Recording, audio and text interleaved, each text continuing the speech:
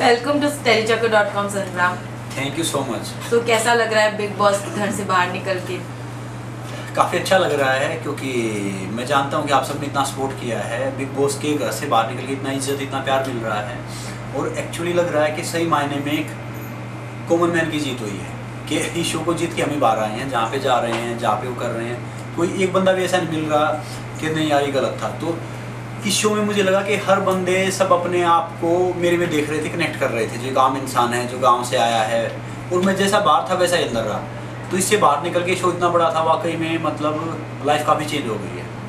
तो किस एक्सपेक्टेशन के साथ आप गए थे शो में? शो में स्टार्टिंग में गया तो मुझे भी ये पता नहीं था कि इतना बड़ा शो है। पता था कि बिग बॉस बहुत बड़ा शो है, मगर जब मैंने सोचा कि बिग बॉस से शायद मैं पता चलेगा कि एक स्पोर्ट्स पर्सन, खासकर एक रेसलर, मैं छोटा सा रेसलर हूँ, कि खासकर उनको पता चलेगा कि एक स्पोर्ट्समैन है उसमें कितना डिसिप्लिन है। बाकी रेसलर्स के बारे में सोचते हैं पहलवान है यार, इधर कोई पंगा हो गया होगा, उधर कुछ हो गया होगा, बल्कि पहलवान वो होता है जो हर चीज़ में प्रथम होता है। शारीरिक रूप से, मानसिक रूप से, अनुशासन रूप से प्रथम होता है, वो पहलवान होता है। तो मैं वही दिखाने गया था कि जो एक स्पोर्ट्स पर्सन है, जो एक मतलब रेसलर्स है, जैसे क्रिकेटर को तो हम लेते हैं कि वे क्रिकेटर हैं, काफ़ी डिसिप्लिन है, मगर मेरे हिसाब से पहलवान से ज़्यादा अनुशासन और संयम रखने वाला कोई नहीं होता। वो मैं दिखाने गया था, सबको प्रूव करने गया था कि आप इन स्पोर्ट्स को भी देखिए, इनसे प्यार कीजिए, ये भी एक हमारा हिस्सा जो देश को काफ़ी पदक दिलाते हैं, देश की इज्जत के लिए मतलब और बढ़ाते हैं। तो इसी मोटिव से गया था कि मैं सबके साथ जुड़ सकूँ। आप फाइनल तक गए थे, आपने एक्सपेक्ट किया था कि लोग आपको इतना पसंद करते हैं, आपकी इतनी पॉपुलैरिटी है? सच बताऊं, मैं जब घर में पहुंचा तो जितने मेरे दोस्त थे उन्होंने मुझे इतना डाउन करने की कोशिश की। मुझे लगा यार कि यार पता नहीं है, ऐसे ही रहेगा तो 2-3 सप्ताह में चला जाऊंगा। मगर घर के जो अंदर रिएक्शन रहता है, घर के बाहर उससे अलग रहता है बिल्कुल। फिर मुझे पता चला कि जो घर के अंदर मेरे दोस्त कुछ कहते हैं शायद वो गलत है। बाहर सलमान जी आते हैं, उनसे पता चलता, बाकी पता चलता कि वो थोड़ा सा गलत है। फिर पब्लिक ने इतना प्यार किया, इतनी इज्जत दी कि फाइनल तक पहुँचा दिया। अब बाकी मुझे पता कि उन सब ने काफ़ी वोट किया है मेरे लिए, काफ़ी कुछ किया है, मगर मेरा कोई बाहर कोई PR स्ट्रेटजी तो थी नहीं ना। मेरे कोई इतना था कि मेरे इतनी वोट करें। जो मुझे बाहर आके पता चला कि सब ने खरीद रखे थे, उनकी इतनी वोटिंग हो रही थी, इतना कुछ हो रहा था। मगर मेरे हिसाब से एक आम आदमी, जहाँ पे मैं जा रहा हूँ, एयरपोर्ट से लेकर कहीं पे जा रहा हूँ, सब कह रहे हैं आपके लिए वोट किया था। और वाकई यही मेरी जीत है कि सब आम आदमी मुझे दिल से कर रहे हैं, इस तरह मिल रहे हैं कि जैसे मुझे कई साल से मुझे जानते हैं, इतना प्यार दे रहे हैं। तो फाइनल तक पहुंचाया और ये एक्चुअली में जीत है सर। बट कहीं ना कहीं आप डिसअपॉइंटेड है कि आप जीत नहीं पाए? देखो, मैं एक स्पोर्ट्स पर्सन हूँ। मेरा यही रहता है कि जो चीज़ करता हूँ जीतने के लिए करता हूँ हमेशा।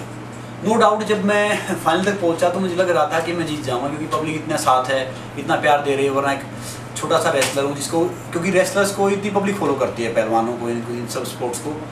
क्रिकेट को तो चलो एक कम्युनिटी जो काफ़ी बड़ी है।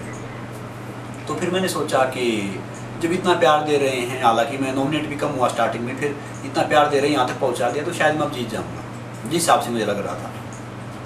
इन्होंने बोला कि 10 लाख का ऑफर दिया, पैसे के लिए था। पैसे के लिए तो मैंने कभी सोचा नहीं ना। अपनी ज़िंदगी में हमेशा उसूलों पे जिया हूँ, चाहे कितना ही फ़ायदा हो, कितना ही नुकसान हो, मैं हमेशा इतने उसूलों पे जिया हूँ ज़िंदगी में कि मैंने हर चीज़ छोड़ी है। मैं भूखा रहा हूँ, 102 बुखार रहा है, मैंने उसमें फ़ाइट की है, मगर मैंने कभी कुछ गलत नहीं किया ज़िंदगी में और ना कभी करूँगा। तो मुझे लग रहा था कि मैं आसानी जीत जाऊँगा। जब मैं फोर्थ पे निकला तो थोड़ा सा दिल में थोड़ा सा दुख हुआ, यार ये क्या हुआ। फिर मैं सोचता हूँ, हमेशा पॉजिटिव सोचता हूँ, जो मैंने पहले ही बताया है।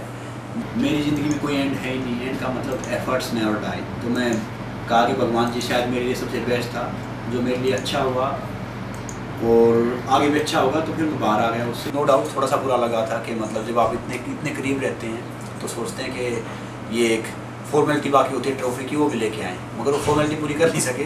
कोई बात नहीं। तो आपके हिसाब से क्या गौर डिजर्विंग थी जीतने के लिए? देखिए, जिस हिसाब से गौर भी घर में स्टार्टिंग से रही है, गौर ने खेला है, नो डाउट गौर ने भी काफ़ी मतलब एक लड़की होकर उसने भी काफ़ी टास्क अच्छे किए, काफ़ी उसने संयम दिखाया है।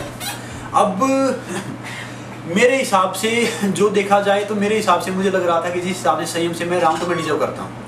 अब बाकी पब्लिक को क्या लगा, उनका नज़रिया क्या था कि गौर जीती, तो गौर डेफिनेटली डिजर्व कर रही थी तभी गौर जीती है। मगर मुझे लग रहा था कि अगर कोई फिर जीतना चाहिए ज़्यादा, तो मैं मेरे हिसाब से कोई डिजर्व कर रहा था जीतने के लिए, शो डिजर्व कर रहा था, एली डिजर्व कर रही थी और एनी डिजर्व कर रहा था। अगर अच्छी बात है कि गौर जीती तो वो डिजर्व कर रही थी कि उसको इतनी वोटिंग मिली, उसको इतना प्यार मिला सबसे, हमारे से ज़्यादा, क्योंकि वो इंटरटेनमेंट से जुड़ी हुई है। मैं एक स्पोर्ट्स से हूँ, वो स्पोर्ट्स जिसके बारे में पब्लिक 5-10% ही जानती है, ज़्यादा जानती नहीं थी। शायद इससे कुछ थोड़ा सा और फ़र्क पड़ेगा। तो वो जीती, मैं खुश हूँ उसके लिए भी, क्योंकि फाइनल तक पहुँचे, हम साथ रहे। नो डाउट मेरा किसी से कोई शिकवा नहीं है, कुछ नहीं है, सारे मेरे दोस्त ही हैं। मगर जहाँ तक डिजर्व की बात है तो मैं सोच रहा था कि मुझे जीतना चाहिए था शो, और सही मायने में जीत के ही बाहर आया हूँ। और अगर मैं अपने हिसाब से शो जिताना कहूँगा तो मैं सबसे पहले एली लूँगा, फिर एंडी लूँगा। एली और एंडी आपके काफ़ी अच्छे फ्रेंड्स थे, और अभी आप एक्स कंटेस्टेंट जिनसे कांटेक्ट में हो आफ्टर द शो? मैं सबसे हूँ, मैं सबको कहता था नालायको, अब तुम मुझे इतना कह रहे हो, बाहर निकल के सब मुझे फोन कर। और एली एंडी के साथ थोड़ा सा मेरा, उसको मैंने बहन बोला था, एंडी बिल्कुल भाई की तरह मेरे, तो उनसे ज़्यादा था। बाकी मेरा रिश्ता सबसे अच्छा रहा तनीषा जी हैं, तनीषा जी से बहुत अच्छा है। और मैं चाह रहा था कि जब हम थे, तनीषा जी ने खुद बोला था कि अगर मैं चाहती हूँ ये शो अगर मैं नहीं जीतूँ तो आप जीतो, हमारे दोनों में से कोई जीते।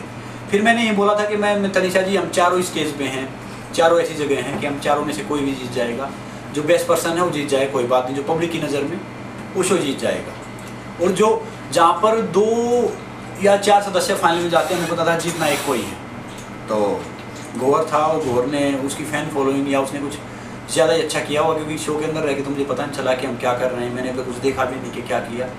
मगर एक आम आदमी की उसमें, कॉमन मैन की उसमें तो शो में जीत गया।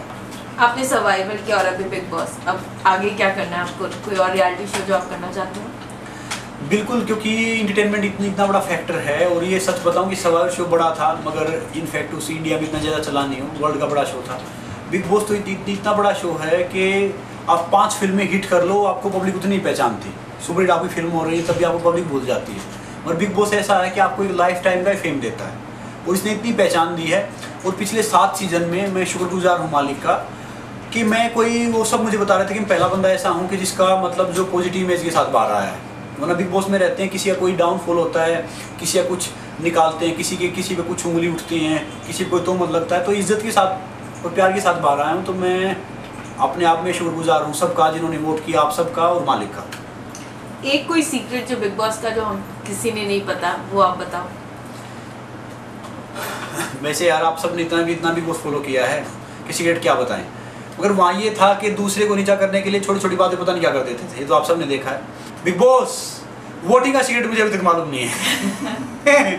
वो मैं जानना चाहूँगा कि वो सीक्रेट क्या है, कि किसी को कितनी वोट मिली है, वो मैं जानना चाहूँगा। वो सीक्रेट मेरे लिए भी सीक्रेट ही है, क्योंकि मैं जहाँ पे जा रहा हूँ सब कह रहे हैं कि अब मैं अपने आप को वोट किया था, तो फिर मैं देख रहा हूँ यार सब ने मुझे वोट किया था, तो मैं आ कैसे गया, मुझे जीतना चाहिए था।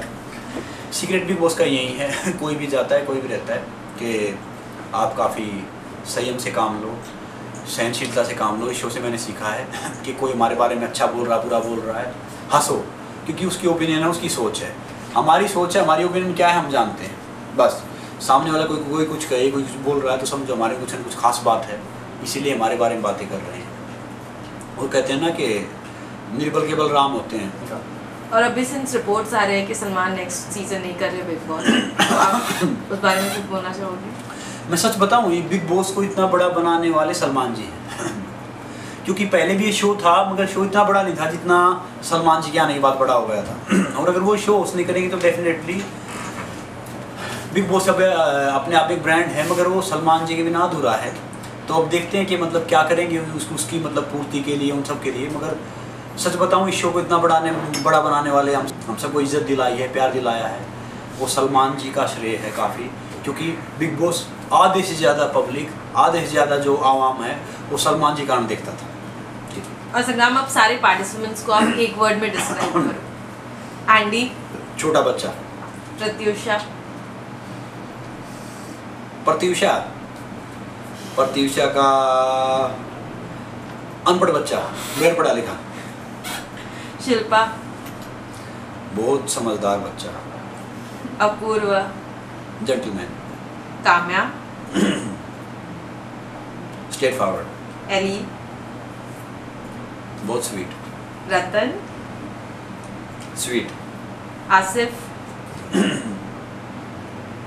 स्ट्रेंज। गौहर 200% फेयर। कुशाल कुशाल शैतान बच्चा। इजाज इंद्रधनुष की तरह 7 रंग। अरमान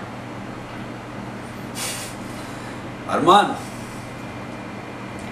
रॉकेट की तरह, रॉकेट। तनीषा फुलझड़ी। और सोफिया। ठसी बम। अब बिग बॉस के बारे में बोल लिया, अब आप अपना एक रेसलिंग चैंपियनशिप स्टार्ट करना चाहते हो, उसके बारे में कुछ बताना चाहोगे? मैं ये चाह रहा हूँ कि एक ऐसा कॉन्टेस्ट हो कि IPL की तरह एक रेसलिंग लीग आए इंडिया में, जिससे काफ़ी रेसलर्स को सबको एक नया मतलब स्टेटस मिले। रेसलर्स भी 5 स्टार में रहे, उनको भी थोड़ा सा उनका लेवल भी काफ़ी अप आए और ढेर सारे नए बच्चों को मौका मिले, रोजी रोटी का साधन बने। तो मैं यही कोशिश कर रहा हूँ और उसके लिए मैं ढेर सारी मैं फ़ाइट करना भी चाहता हूँ कि एक प्रोफेशनल रेसलिंग की ढेर सारी फ़ाइट करूँ, क्योंकि मैं प्रोफेशनल रेसलिंग कर रहा हूँ और उसी के लिए काफ़ी कोशिश कर रहा हूँ कि अच्छा हो। और एमेच्योर रेसलिंग की कोई भी लीग आती है, कुछ भी आता तो मैं उसके साथ जुड़ना चाहूँगा। और मैं ये चाहूँगा कि कॉन्टेस्ट चलाएँ आपके, क्या आप रेसलिंग देखना चाहते हैं IPL की तरह, क्रिकेट की तरह, क्या आप मुझे फ़ाइट करना देखना चाहते हैं, तो मैं डेफिनेटली करूँगा। जिस चीज़ ने मुझे इतना दिया है, जो कुछ प्यार इज्जत दी है, अभी जीरो से थोड़ा सा ऊपर हूँ, कोशिश कर रहा हूँ कि किस लेवल को थोड़ा सा और ऊपर लेके जाऊँ। और डेफिनेटली मैं यही कहना चाहूँगा कि जो भी मैं कुछ कर रहा हूँ, पायल ने मुझे बहुत सपोर्ट किया हर चीज़ में। मैं मजाक करता हूँ कि बल्कि उनके थोड़ा वो कर देता हूँ, मगर उन्होंने काफ़ी अच्छा किया है। ये बहुत अच्छी लड़की है और भगवान जिसका ही भला करे। मगर ये दूसरी बात है कि कई बार बहुत ज़्यादा है, मगर अच्छे पायल ने कोशिश की है मैंने। हालांकि जो मैं कुछ कर रहा हूँ वो कोशिश करता हूँ अपने आप। पायल मुझे बताती है कि ये चीज़ अच्छी है, ये चीज़ करनी चाहिए, ये चीज़ बुरी है, ये अच्छा है। तो इसने भी काफ़ी अपनी ज़िंदगी में सीखा है। और मैं यही कहता हूँ, पायल थोड़ी सी हाइपर रहती है, वैसे लड़कियाँ मोस्टली हाइपर रहती है थोड़ी, मगर अब तो नॉर्मल है। मैं यही कहता हूँ कि भगवान जी भी करेगा जो हमारे लिए अच्छा होगा। अगर हम किसी कुछ उठाएंगे तो हमें 10 गुना यहीं पर दे के जाना पड़ेगा। यहीं पे सब कुछ है, बस सबके लिए अच्छा सोचो। ये स्टार, सुपरस्टार, स्पोर्ट्समैन, ये सब बात की बात है। धूप छाँव की तरह जो एक इंसानियत है, सबसे बड़ी चीज़ है। तो मालिक से दुआ करता हूँ कि मुझे सद्बुद्धि बनाए रखे और उन सब मेरे दोस्तों को भी दे जो एक दूसरे टांग खींचने में लगे रहते हैं या जो एक दूसरे को प्यार करते हैं। क्योंकि किसी क्रिटिसाइज करके किसी को नीचा दिखा के हम ऊपर नहीं आ सकते। ऊपर आएंगे हम अपनी अच्छाई से, इंसानियत से, वो सबके लिए अच्छा सोच के ऊपर आ सकते हैं। तो और कोई मैसेज आप अपने फैंस को देना चाहोगे जिन्होंने आपके लिए इतना वोट किया? सबसे पहले मैं शुक्रगुजार हूँ आप सबका, टेली चक्कर का भी, जिन्होंने इस माध्यम से आप सबको मतलब आप सबके पास मुझे पहुँचाया। और मैं आप सबका शुक्रगुजार हूँ हाथ जोड़ के, जो आप सबने इतना प्यार दिया, इतना इज्जत दी। और मैं यही उम्मीद करूँगा कि आप मुझे ज़िंदगी भर ऐसा ही देना। और मैं ये वादा करता हूँ कि जो काम करूँगा वो अच्छा करूँगा। कि जो आपने मुझे एक भाई देखा है, दोस्त देखा है, बेटा देखा है, तो आप प्राउड फील करेंगे। बस मुझे मेरे लिए प्रे कीजिए, थोड़ी सी दीजिए अपनी, कि मैं जो भविष्य में जो सोच रहा हूँ अच्छा ही कर सकूँ। आज के नौजवान लोग को फिटनेस टिप्स बिल्कुल, मैं खुद चाह रहा हूँ कि लीग के साथ एक फिटनेस एकेडमी लेके आऊँ अपनी, मतलब फिटनेस एकेडमी खोलें जगह जगह, जो फ्री ऑफ कॉस्ट रहे उन बच्चों के लिए जो अफोर्ड नहीं कर पाते। क्योंकि देखो, मैं सबको यही कहना चाहूँगा, वर्ल्ड का सबसे ज़्यादा यूथ इंडिया में है। इंडिया में हमारी जनसंख्या का 35% यूथ है। अगर हमारा शरीर अच्छा, हम फिट हैं, तो हम कुछ भी कर सकते हैं। अगर हमारा शरीर ठीक नहीं है, हम फिट नहीं है, तो हम कुछ भी कर लें, सब कुछ बेकार है। तो आप फिट रहिए, हेल्दी खाना खाइए। और मैं तो कहता हूँ प्योर वेजिटेरियन हूँ। अगर आप नॉन वेज भी खाते हैं, कुछ भी खाते, घर का खाइए आप। और अपने लिए कम से कम 30 मिनट अपने लिए जरूर दीजिए।